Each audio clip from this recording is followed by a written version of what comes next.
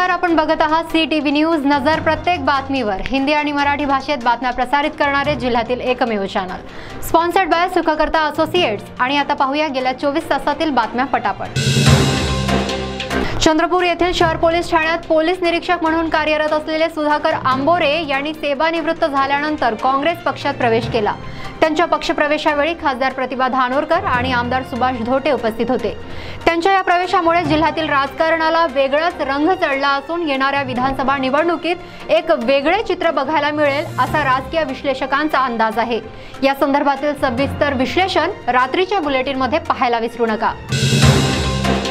पिंपरी चिंचवड येथे प्रेम संबंधातून आपल्या मित्राच्या मदतीने एका निर्दयी प्रेयसीने तिच्या प्रियकराला दगडाने ठेचून जीवे मारण्याचा प्रयत्न केला आहे। यात प्रियकर गंभीर जखमी झाला असून त्याच्यावर रुग्णालयात उपचार सुरू आहे। विशेष म्हणजे हे सर्व घडत असताना या घटनेचे दृश्य नागरिकांनी आपल्या मोबाईलमध्ये रेकॉर्ड केलं, परंतु त्यास वाचवण्यास कुणीही पुढे आले नाही। वणी येथील सॉमिल मध्ये काल रात्री आग लागून तेथील लाखो रुपये किमतीचे लाकूड आणि साहित्य जळून खाक झाल्याची घटना घडली आहे। नेमकी ही आग कशाने लागली याचे कारण कळू शकले नाही, परंतु या आगीमुळे सॉमिल मालकाचे मात्र प्रचंड प्रमाणात नुकसान झाले आहे। अहेरी सिरोंचा महामार्गावरील गोलाकर्जी या गावाजवळ आज सकाळी 10:30 वाजताच्या सुमारास कमलापूरच्या भगवंतराव शाळेचे सहाय्यक शिक्षक सुनील तुरकर यांच्या दुचाकीचा नियंत्रण सुटल्याने अपघात झाला। या अपघातात शिक्षक सुनील तुरकर गंभीर जखमी झाले आहेत। अहेरी सिरोंचा मार्गाचे काम अतिशय संथ गतीने सुरू आहे, त्याचमुळे या मार्गावर अपघाताची मालिका वाढली आहे। बल्लारपूर येथील कापड व्यावसायिकावर झालेल्या गोळीबारानंतर तेथील व्यावसायिक प्रचंड दहशतीत असून त्यांनी अशा प्रकारच्या घटना परत होऊ नयेत याकरिता पालकमंत्री सुधीर मुनगंटीवार यांना एक निवेदन दिले। त्यानंतर पालकमंत्री सुधीर मुनगंटीवार यांनी पोलीस विभागांना विशेष निर्देश दिले आहे।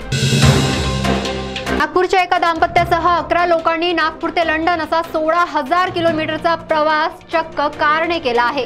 65 दिवसाच्या या प्रवासात रस्त्यातील अनेक आव्हानांना सामोरे जात 21 देशांच्या सीमा ओलांडत नागपूरकरांनी ही कामगिरी केली आहे। नागपूरच्या दिनेश राठी यांनी त्यांच्या पत्नीसह ही कामगिरी केली असून यात त्यांना इतर 9 लोकांनीही सहप्रवासी म्हणून साथ दिली। मारेगाव तालुक्यातील वेगाव येथील एका विवाहित तरुणाने गळफास लावून आत्महत्या केल्याची दुर्दैवी घटना काल उघडकीस आली। 2 चिमुकल्या मुलींचा पिता असलेल्या संदेश मेश्राम याने घरात कोणीही नसताना गळफास लावून आत्महत्या केली। त्याच्या आत्महत्येचे कारण अस्पष्ट असून पोलीस अधिक तपास करीत आहेत।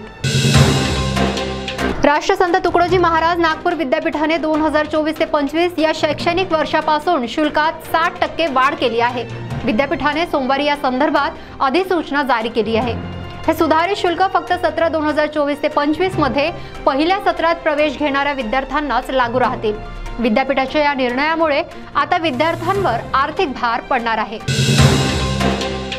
नागपूरमध्ये पुन्हा एकदा हिट अँड रनचे केस उघडकीस आले असून एका भरधाव वेगाने जाणाऱ्या स्कूल बसने 60 वर्षीय वृद्धास चिरडल्याची घटना CCTV कॅमेरामध्ये कैद झाली आहे। अंगावर शहारा आणणारा हा व्हिडिओ असून यामध्ये वृद्धास अक्षरशः चिरडले गेले आहे। या घटनेनंतर ही बस चालक त्याच वेगाने बस चालवत होता आणि काही वेळानंतर बस चालकास अटक करण्यात आली।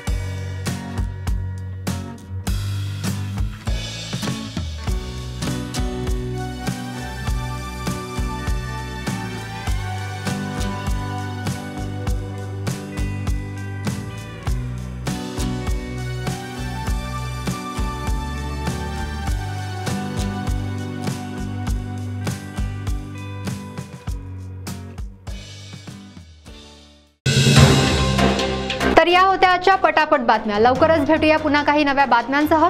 तोपर्यंत अशाच बातम्यांचे अपडेट पाहण्यासाठी बघत रहा CTV न्यूज नजर प्रत्येक बातमीवर। नमस्कार।